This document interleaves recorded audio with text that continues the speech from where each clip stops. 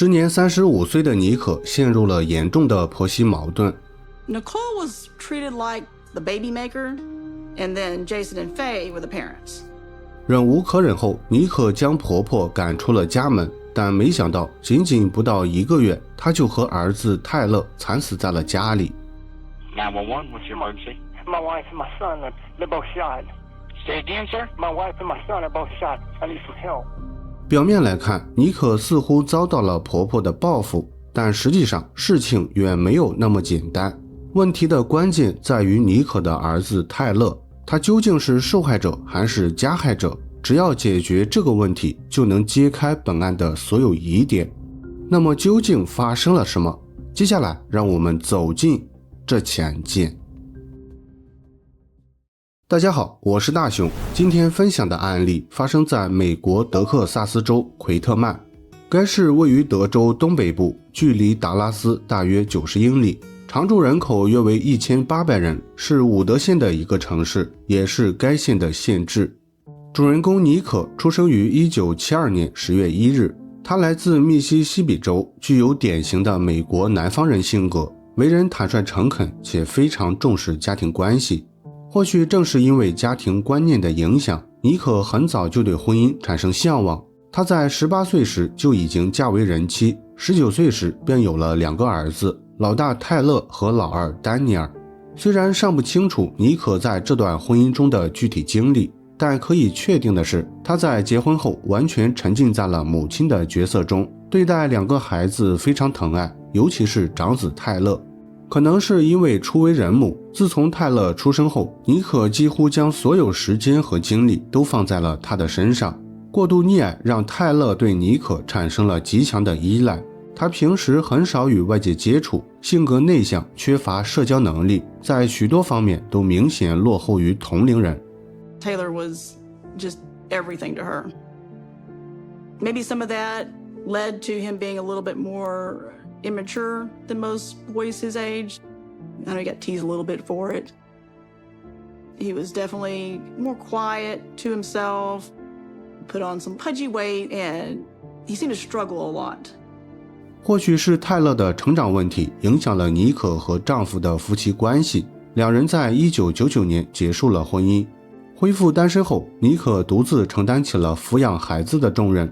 为了增加收入，她开办了一家小型庆典公司，主要提供婚礼和葬礼的白鸽放飞服务。虽然这次创业并未取得太大成功，但却让她收获了爱情。一次机缘巧合下，妮可在前往婚礼现场的路上偶遇了第2任丈夫杰森。杰森出生于1969年，比妮可年长3岁，是一名职业卡车司机。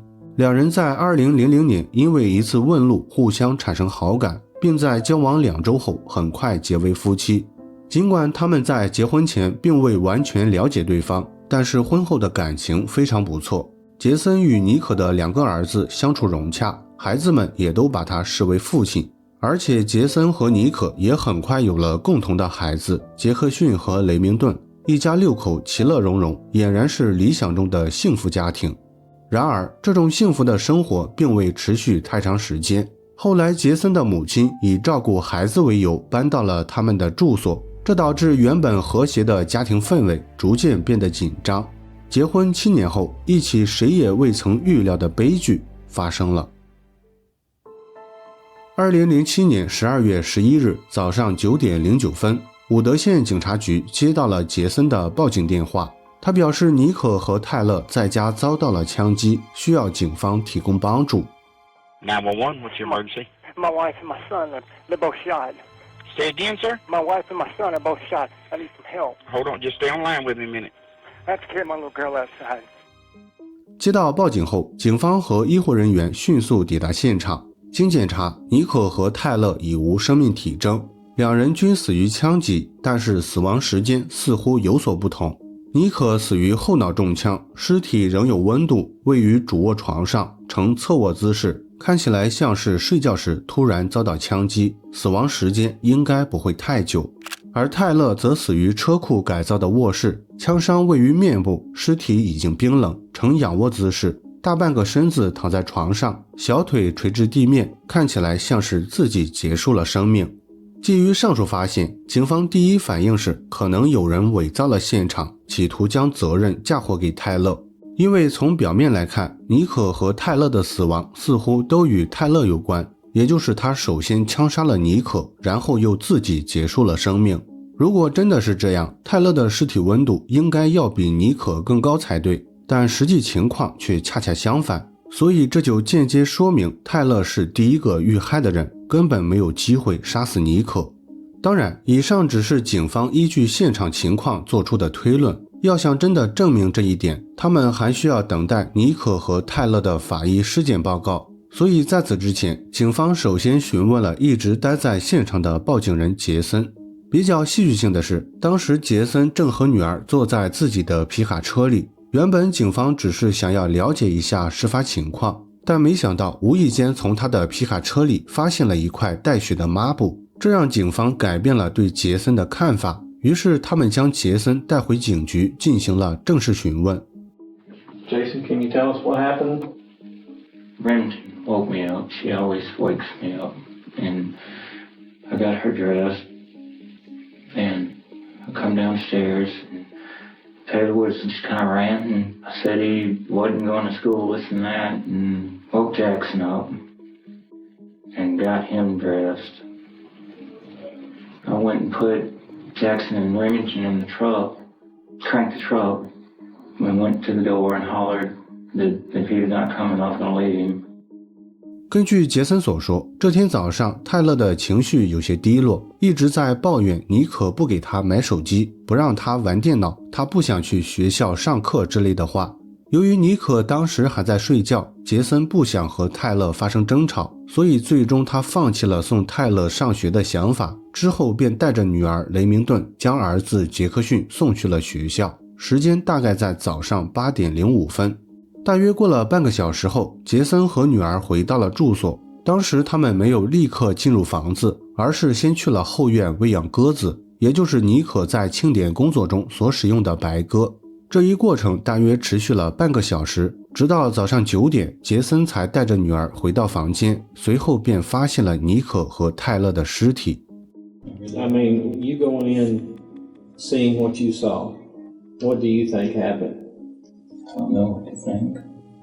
Did you go up and touch your wife? What about Taylor? No, Why not? I don't know. 杰森在长达90分钟的问话中，详细讲述了泰勒的成长问题，也提到了泰勒和妮可之间存在常见的母子冲突，但是他从未表达过泰勒可能杀死妮可的言论，基本上都是警方问什么他就回答什么，从不主动发表自己的看法。为了打破这种消极的局面，警方随后提出了一个具有挑战性的问题，也就是杰森是否与本案存在关系。Jason, did you have anything to do with this? Did you have anything to do with killing your wife? You got to be out of your mind to think that I would have anything to do with this. And I resent the fact you ask these questions like I am sitting here had something to do with it. I'm sitting here trying to be as helpful as I can. 面对警方的质疑，杰森表现得有些生气，他很快否认与本案存在关系，并通过结束问话的方式表达了自己的不满。不过这并未影响本案的调查，接下来警方将重点放在了泰勒的尸检上，因为只要证明泰勒不是自己结束了生命，警方就有理由继续调查杰森，毕竟他的汽车里有一块带血的抹布，这一点非常值得怀疑。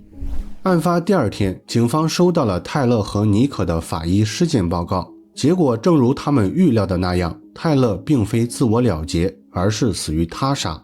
首先，泰勒面部的枪伤属于非接触性伤口，额头、脸颊和下巴均有子弹火药灼烧的痕迹，也就是子弹激发后，燃烧的火药从枪口喷射到了泰勒脸上，造成了皮肤灼伤。法医根据灼伤的分布推算，泰勒遭到枪击时，面部距离枪口至少为10英寸，也就是大约 25.4 厘米。其次，现场发现的那把温彻斯特步枪，枪口到扳机的长度为30英寸，如果加上枪口到泰勒面部的10英寸，触及扳机的总距离就达到了40英寸，也就是说，泰勒要想以案发现场的姿势扣动扳机，他的手臂长度必须要超过或者接近40英寸。但实际上，泰勒的极限手臂长度只有26英寸，显然无法够到扳机位置，也就证明了他不是自我了结，而是死于他杀。至于妮可和泰勒到底谁是第一个遇害的人，警方似乎没有进行相关检测，至少在法医尸检报告中没有出现这项检测项目。原因可能是他们认为尸体的温度差异足以作为判断依据，也有可能是其他我们不知道的原因。总之，不管怎样，当时警方已经认定了泰勒是第一个遇害的人，接下来的调查工作基本全都围绕着杰森展开。第一步自然是寻找相关证据，也就是检测步枪和抹布上是否存在杰森的生物证据。不过由于检测工作需要花费很长时间，所以在此期间，警方首先联系了妮可的家人，详细了解了妮可与杰森之间的关系。 You expressed to me that Nicole she was afraid that Jason might end up doing something to her. Is that correct? We came up here on the August 25th. I knew she was having problems, and my mom came with me. And so we came up to Tyler to eat. You know, she was telling us she's afraid he'd burn a lot in the house. The waitress kind of overhears what Nicole was saying, and so she started talking back and forth with the waitress, and the waitress was like, oh, yeah, I've got the same problem. Same problem with the mother-in-law moving in on her. Nicole started saying, we were probably going to see my face in the news. Remember my face? 根据妮可的嫂子萨拉所说，妮可与杰森的关系最初非常不错。早年杰森因为在工作中发生意外事故，获赔了90万美元的和解款，他们用这笔钱购买了心仪的房子和车子，一家人过得相当幸福。然而，幸福的生活仅仅建立在他们一家6口的基础上。后来，杰森的母亲费伊搬到了他们家，两人的夫妻关系开始逐渐变得紧张。起因是妮可与费伊存在严重的婆媳矛盾，而杰森又是典型的妈宝男，总是习惯站在母亲一边，所以费伊有时会为了教训妮可，故意挑拨他们的夫妻关系。久而久之，妮可与费伊的矛盾逐渐升级为全面的家庭矛盾。杰森经常因为一点小事就对妮可大发脾气，甚至在案发4个月前还曾扬言要放火烧死妮可。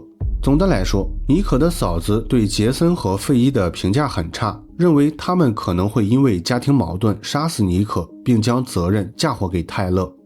警方跟进了萨拉提供的线索，但并未发现费伊与本案存在关系，因为早在4周前，费伊就被妮可赶回了老家路易斯安那州。他在案发期间从未来过当地，所以警方的关注重点仍然是妮可的丈夫杰森。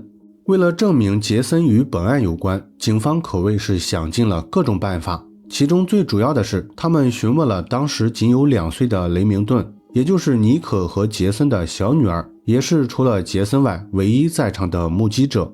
最后经过1个多月的调查，警方终于掌握了充分的证据。首先，泰勒身边的那把温彻斯特步枪确定为作案凶器，但是枪体上却没有发现指纹信息，这不仅进一步证明了泰勒死于他杀，而且也与杰森车内发现的带血抹布产生了关联。因为抹布上的血迹经过鉴定后确定来自遇害的妮可，而杰森又在接受问话时亲口说过，他在发现尸体后从未靠近，更没有接触。所以正常情况下，杰森的身上和周边物品不可能沾染妮可的血迹，也就证明了他在接受问话时没有如实交代。实际上，这块抹布就是杰森在杀死妮可后擦拭步枪使用痕迹的工具，除此之外没有其他的血迹来源途径。警方之所以如此笃定，其实还有一个主观因素，简单来说，就是他们在发现这块抹布时注意到上面的血迹呈鲜红色，明显是刚刚流下的鲜血，所以才认为血迹不可能来自案发现场之外。不过这一点存在很大的争议，具体咱们稍后再说。除了步枪和带血的抹布，警方还掌握了更为直接的证据，也就是年仅2岁的雷明顿提供的证词。根据妮可母亲的说法，雷明顿不仅看到了杰森枪杀妮可，还曾模仿过妮可中枪后躺在床上抽搐的样子。Our little granddaughter Remington would scream at night, hours of screaming. She said, "This, Nana." And she was laying on the floor, and she made movements like someone having convulsions. 除了指控杰森有罪的证据外，警方还调查了他的犯罪动机。根据公开的资料显示，杰森在过去的9个月花光了超过30万美元的积蓄。截止到案发前，他的财务状况已经严重出现问题，几乎到了濒临破产的地步。所以杰森的犯罪动机被认为主要是为了获取利益，因为警方发现尼可有一份价值10万美元的意外保险，并且杰森是这份保险的唯一受益者。此外，两人的感情破裂也被视为导致案发的原因之一，也就是尼可嫂子先前提到的婆媳矛盾引发的家庭冲突。至此，警方已经完成了所有调查工作，他们的证据主要有案发现场的勘查报告、步枪和抹布的检测报告、尼可和泰勒的尸检报告，以及尼可嫂子萨拉和女儿雷明顿的证词。根据这些证据以及案发现场的情况，警方重建了杰森杀害泰勒和尼可的大致经过。按照警方的推论，杰森应该是在案发前一晚枪杀了泰勒，地点可能是发现尸体的车库，也可能是其他地方。总之，当晚没有人发现泰勒已经遇害。第二天早上，杰森首先将儿子杰克逊送去了学校，然后又在回家的1个小时内完成了枪杀尼可、擦拭步枪以及伪造泰勒自我了结的犯罪现场。最后在清洗完身体和衣服上的血迹后，杰森于9点09分拨打了报警电话。2008年9月，案发9个月后，警方以谋杀罪逮捕了杰森。值得一提的是，杰森在被逮捕后不仅没有承认罪行，反而对警方的证据提出了质疑。首先是那块带血的抹布，按照杰森的说法，抹布上的血迹并非警方所说的鲜血，而是在案发几周前，尼可在户外钓鱼时不慎被鱼钩勾住颈部，导致了颈部出血。由于当时他的身边没有止血的物品，于是便将抹布按在了伤口上，所以抹布上才沾染了尼可的血迹。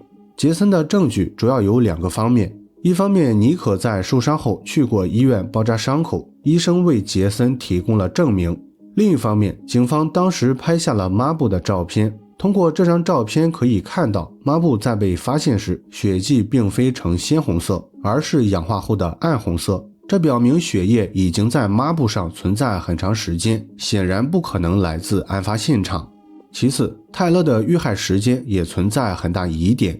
根据警方的结论，泰勒明显早于尼可遇害，死亡时间大概在案发前一晚，依据是两人的尸体温度存在明显差异。但实际上，警方并未充分考虑案发现场的环境因素，也就是泰勒和尼可所处的房间不同。泰勒死于车库改造的卧室，这间房间既没有暖气，也没有很好的密封性，而且一门之隔就是寒冷的户外，冷空气可以通过门缝吹进房间，这会加速尸体变凉的速度。而尼可则死在了有暖气的主卧，并且他的身上还有衣服和被子，这在很大程度上保证了他的尸体温度。所以警方仅凭尸体温度差异就得出泰勒早于尼可遇害，本身就不合理，甚至存在诬陷杰森的嫌疑。至少杰森和他的辩护团队是这样认为，因为以上内容全部来自杰森的申冤网站。关于本案的疑点，实际上远不止这一点。例如，警方怀疑杰森的作案动机主要是为了尼可的保险赔偿款，但按照杰森的说法，尼可的意外保险并非他们主动投保，而是在购买车险时，业务员为了招揽生意，说服他们顺便购买了保险。主观上，杰森没有通过保险获利的想法，这一点也得到了业务员的证实。还有，警方推测杰森是在案发前一晚枪杀了泰勒，目的是为了第二天伪造现场做准备。但按照杰森的说法，那晚他的邻居都没有听到枪响，并且也都为他做了证明，所以警方的这一推论也有些不太合理。更为重要的是，泰勒并非无法完成射击，他可以用脚代替手指扣动扳机，也可以通过侧着身子增加手臂的长度。但是警方完全忽略了这些可能性，并且也忽视了泰勒手上存在枪击残留物的事实。总的来说，杰森全盘否认了警方的证据和推论。他的辩护主张可以总结为2个方面。第一，泰勒是这起双重死亡事件的唯一责任人，他首先枪杀了妮可，然后又自己结束了生命。第二，警方在调查过程中存在严重的工作失误，并且有证据表明他们伪造了不利于杰森的证据。由于时间关系，这段内容我会以图片的形式放到节目最后，感兴趣的朋友可以自行查阅。好，咱们回归正题。虽然杰森整理了许多自证的证据，但是他也并非没有可疑的地方。尤其在等待开庭期间，杰森曾让母亲费伊威胁过一位名叫利亚的急救人员，因为利亚是警方的关键证人，也就是他发现了泰勒和妮可的尸体温度存在差异。I want you to go ahead and plant those trees for me. He said he'd make people think you were, Whatever. Guilty. I hope y'all are working on everything else out there, because you probably end up regretting it if you're not. All right, all right. 此外，杰森还让费伊帮忙销毁了一盘与妮可有关的录像带。Remember, you had 3 tapes. There was 2 that had nothing to do with anything, and then there was 1 that was me and Nicole. I want you to just tear those up. You don't want any more? Okay, you can do that. Like pull the insides out and then throw them on the leaf burner or something. Okay, I can do that. 尽管警方从未找到杰森所说的录像带，推测可能已经被费伊销毁，但通过这通电话可以判断录像带的内容很可能与本案有关，不然他也不可能冒着风险通过受监听的电话提及这些事情。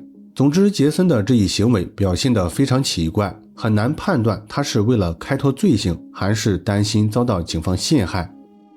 2010年1月，案发2年后，本案开庭审理，最终杰森被判处2项1级谋杀罪，获刑终身监禁，不得假释。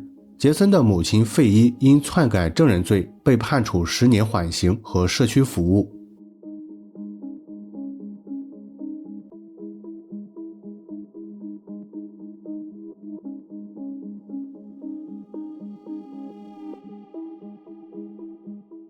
好了，本期案件分享到这里也就结束了。